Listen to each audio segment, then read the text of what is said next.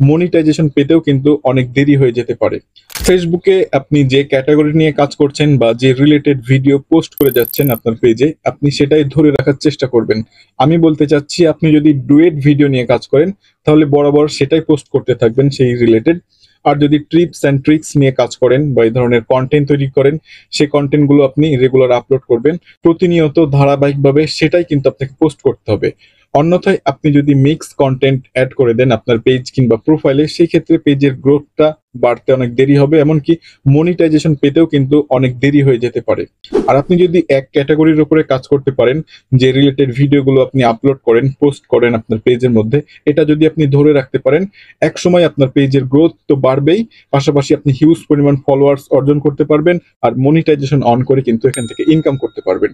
So ফেসবুকে তারাই কিন্তু সফলতা অর্জন করতে পারে যারা ক্যাটাগরিটা ঠিক করে ধরে রাখতে পারে। কথাটা কিন্তু মনে রাখবেন।